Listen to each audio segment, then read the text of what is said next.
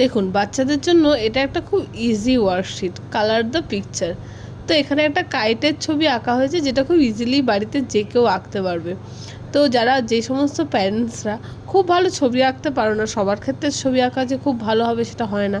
তো যদি খুব ভালো ছবি আঁকাতে নাও পারো, খুব ইজিলি একটা কাইট ড্র করে দিতে পারবে এবং বলতে পারবে বাচ্চাদেরকে যে এটা কালার করো। এবং যদি 4টে আলাদা কালার করা শেখান, তাহলে ডেফিনেটলি 4টে কালার সম্বন্ধে খুব ভালো ধারণা হবে।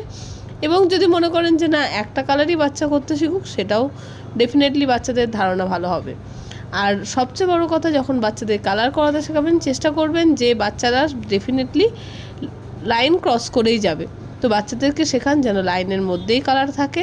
তাহলে সেই ক্ষেত্রে কি হবে, বাচ্চারা বেশ অনেকটা সাবধান হবে এবং তার থেকে তারা শিক্ষা নেবে যে কইটুকুনি মানে তার পরিধি সম্বন্ধে তার জ্ঞান হবে।